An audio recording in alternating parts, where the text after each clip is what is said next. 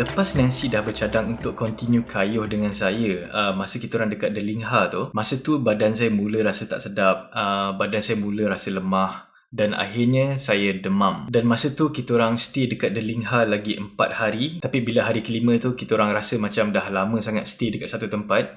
Jadi kita orang pun bercadang untuk teruskan juga mengayuh.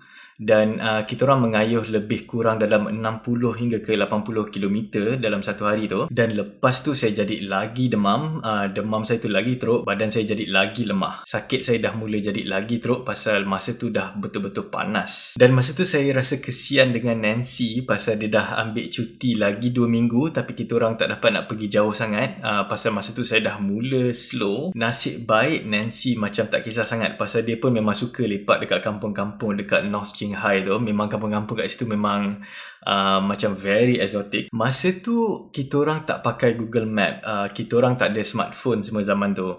Jadi kita orang cuma pakai paper map je yang detail untuk wilayah Qinghai dengan Xinjiang yang saya beli masa dekat kedai buku dekat Xining. So masa kita orang mengayuh tu, kita orang masuk ke kampung-kampung yang saya sendiri pun tak tahu apa nama kampung-kampung tu. Pasal kampung tu macam kecil sangat, jadi dia macam tak wujud dekat dalam paper map tu. Tapi masa tu kita orang lalu banyak kampung-kampung yang very exotic.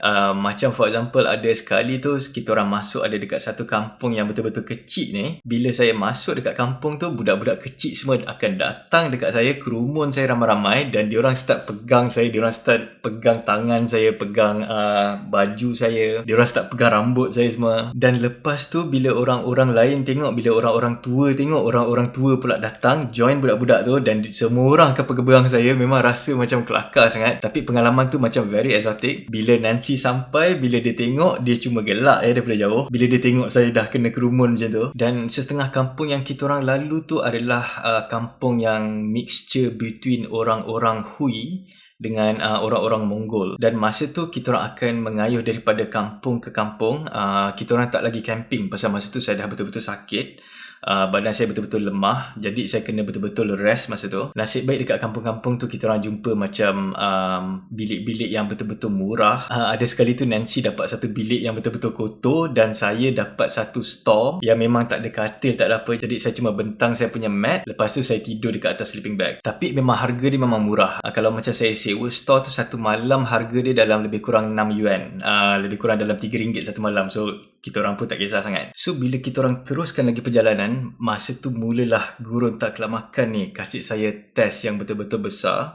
Masa tu problem start datang. Masa tu temperature dah jadi betul-betul panas, dah hampir-hampir 50 darjah Celsius pada masa tu. Dan bila kayuh tengah-tengah panas tu, tayar basikal saya mula pancit. Ada sekali tu dalam sehari sampai 3 kali tayar basikal saya pancit. Dan yang bestnya, saya selalunya akan bawa bag-bag yang berat dan Nancy akan bawa bag yang ringan. Jadi masa tu pula tools untuk repair basikal semua dekat basikal Nancy. So bila tayar basikal saya tu dah pancit, saya pun pergilah rest dekat dekat bawah satu bukit ni pasal memang cuaca pada masa tu memang betul-betul panas. So saya tunggu je Nancy. Bila Nancy lalu, saya pergi dekat dia, saya jerit dekat dia, suruh dia stop, tapi dia tak dengar pasal rupanya dia tengah pasang earphone, dia tengah dengar lagu. Jadi dia tak dengar saya panggil dia, dia jalan je terus. Lepas tu saya tertinggal seorang-seorang kat situ dengan tools tak ada, saya kena tukar tayar basikal. Jadi tak boleh nak buat apa masa tu, saya cuma pakai jari saya je untuk buka tayar basikal tu. Memang jari saya betul-betul sakit pasal masa tu kulit saya semua memang dah betul-betul kering. Kulit dekat jari saya, kulit dekat kaki saya semua memang mengelupas. Memang kulit saya mengelupas teruk pada masa tu. Memang geli bila tengok. So bila saya kena buka tayar tu, letak tube semua pakai jari saya, memang jari saya masa tu rasa betul-betul sakit, betul-betul pedih. Cuaca masa tu dia macam panas kering. Badan saya tak berpeluh, tak ada bau semua, tapi memang kulit semua mengelupas. Pasal kita orang pun memang mengayuh di bawah cahaya matahari memang the whole day. Kampung-kampung di sepanjang gurun tak kelamakan ni memang semuanya menarik. Kita orang ada lalu satu kampung ni, nama dia Aksai Kazakh Zoo. Hampir semua penduduk dekat kampung ni adalah orang Kazakh. Lifestyle dia dah lain, dia punya orang-orang dia semua pun dah lain compare dengan kampung-kampung yang kita orang lalu sebelumnya. Satu yang best kalau kita travel dengan female partner ni adalah kita senang nak approach orang lokal kalau nak ambil gambar. Bagi saya, kalau orang lelaki ni mungkin susah sikit nak approach orang lokal untuk ambil gambar, pasal saya rasa orang lelaki ni boleh jadi macam threatening, ataupun mungkin saya sendiri pun tak pandai nak approach orang lokal pada masa tu. Tapi bila ada Nancy ni, saya rasa macam lagi senang kita orang nak approach orang lokal untuk ambil gambar, nak ambil gambar orang perempuan ke, nak ambil gambar budak-budak kecil ke. Ramai orang pernah tanya saya dalam banyak-banyak tempat yang saya dah pergi mengembara dalam 10 tahun ni, mana tempat yang paling best sekali. Bagi saya sebenarnya tempat yang paling best saya pernah pergi daripada segi pengalaman adalah wilayah Xinjiang dekat China. Itulah sebabnya kenapa saya berkayuh kali kedua dekat Xinjiang, dekat Taklamakan Desert 4 tahun selepasnya. Masa tu tahun 2014 saya mengayuh lagi sekali dekat Xinjiang, tapi kali ni saya datang daripada arah Mongolia. Pasal dekat Xinjiang ni dia memang dekat dalam negara China, so memang rasa pun macam dekat negara China. Tapi at the same time, saya dapat rasa macam saya mengembara dekat Turki pun ada, mengembara dekat Middle East pun ada, mengembara dekat Kazakhstan pun ada, Kyrgyzstan pun ada. Setengah tempat tu rasa macam dekat Tajikistan, dan setengah tempat tu rasa macam dekat Afghanistan. Dan itu cuma daripada segi culture. Daripada segi landscape pula, memang Xinjiang ni ada semua benda, daripada gurun, dekat gurun Taklamakan tu, sampailah ke Snow Mountain. Dia ada banjaran Kunlun Mountain, dia ada Tian Shan Mountain, dia ada gunung-gunung yang memang berwarna-warni, dia ada Alpine Lake, Alpine River semua ni, macam dekat Karnas Lake semua. Dan pergunungan Tian Shan dekat belah China pun memang besar. Tian Shan ni bukan setakat dekat Kyrgyzstan dengan Kazakhstan je, tapi dekat China memang besar dia punya range. Jadi saya rasa Xinjiang ni macam very rich in terms of culture, in terms of landscape. Memang semua benda dia ada. So sepanjang kayuhan kita orang tu, kita orang sebenarnya kayuh very slowly, pasal masa tu saya demam. Bila saya demam, saya selalunya akan demam lama, pasal saya ni jenis tak suka makan ubat. Saya suka badan saya sembuh sendiri naturally. Tapi walau macam mana pun nak sembuh tu lambat pasal tak makan ubat. Jadi masa tu saya rasa saya demam lebih daripada seminggu. Mungkin dalam 10 hari macam tu saya demam. Dan tak berapa lama lepas tu Nancy pula pun sama demam juga. So kita orang dua-dua orang memang sakit. So kita orang kayuh very slowly dan rasa macam tak enjoy sangat pada masa tu. Dan saya kesian dengan Nancy ni pasal dia dah extend cuti dia selama 2 minggu, tapi kita orang tak boleh nak kayuh jauh sangat merentas Taklamakan Desert tu. Saya rasa kita orang cuma dapat cover lebih kurang 600 km je sepanjang hampir 2 minggu kita orang mengayuh tu. Memang betul-betul tak larat. Masa tu temperature makin lama makin panas, slow-slow dia mencecah hingga ke 50 Celsius pada masa tu. Dan kita orang mengayuh slow-slow dan akhirnya kita orang sampai ke satu city ni, nama dia Dunhuang. Dunhuang ni dah boleh dikatakan sebagai satu city pasal population dia lebih kurang dalam 200,000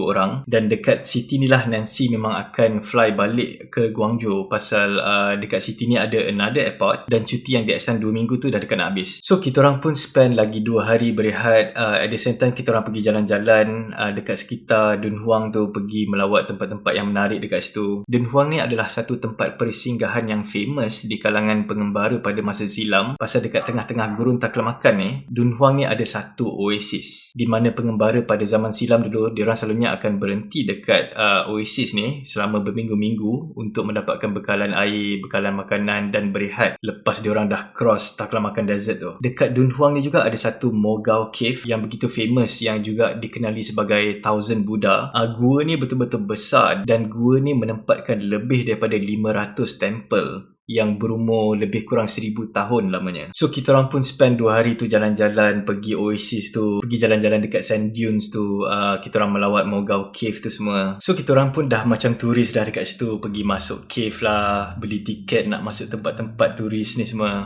Kita orang pergi makan dekat tempat yang best-best dekat Dunhuang tu. Masa tu kita orang memang jalan puas-puas, walaupun kita orang still macam demam lagi pada masa tu. Pasal masa tu Nancy pun nak habiskan cuti dia, dan dia pun memang kena balik ke Guangzhou untuk sambung kerja dia.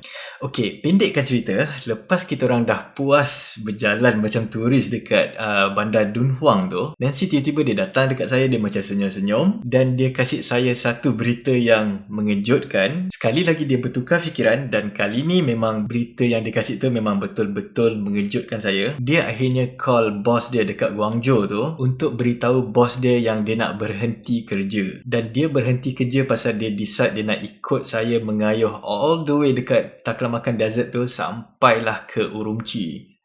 Urumqi adalah bandar yang terbesar dekat wilayah Xinjiang. Okey, memang masa tu Nancy dah nampak betul-betul selesa being nomadic. Dia dah rasa macam best travel dekat Xinjiang dengan Qinghai ni semua. Dan slow-slow saya boleh tengok Nancy ni dia makin lama dia makin kuat. Compare dengan masa hari pertama dia mengayuh daripada Xining sampailah kita orang sampai ke Dunhuang tu, memang nampak beza dia. Dan masa tu saya rasa macam terkejut dengan keputusan dia, pasal walaupun Nancy ni nampak macam typical city girl, rupanya dia ni sebenarnya gamble juga. Tapi dia ada cakap dekat saya yang dekat China memang agak senang untuk cari kerja pada masa tu. Pasal pada masa tu China punya ekonomi dah mula mengembang, dah mula kuat. Jadi memang tak ada masalah untuk dia nak cari kerja baru pada masa tu. Dan dia pun rasa macam tak puas travel cuma sebulan, travel dengan basikal ni. Dan dia dah start rasa seronok, betul-betul seronok travel dengan basikal. Tapi saya still macam tak percaya dengan keputusan dia. Tapi walau macam mana pun kita orang both memang betul-betul happy.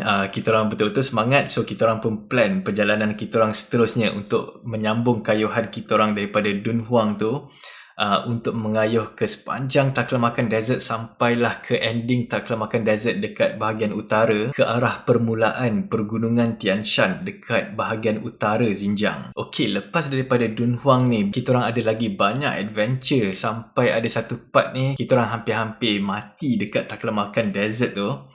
Tapi disebabkan saya tak nak video ni jadi panjang sangat, saya akan continue cerita ni dalam masa beberapa hari saja lagi dalam video saya yang seterusnya. Sorry kalau video ni jadi dragging sangat, tapi saya memang tak nak video ni jadi panjang sangat. So saya akan continue the next one. Stay tuned. Terima kasih.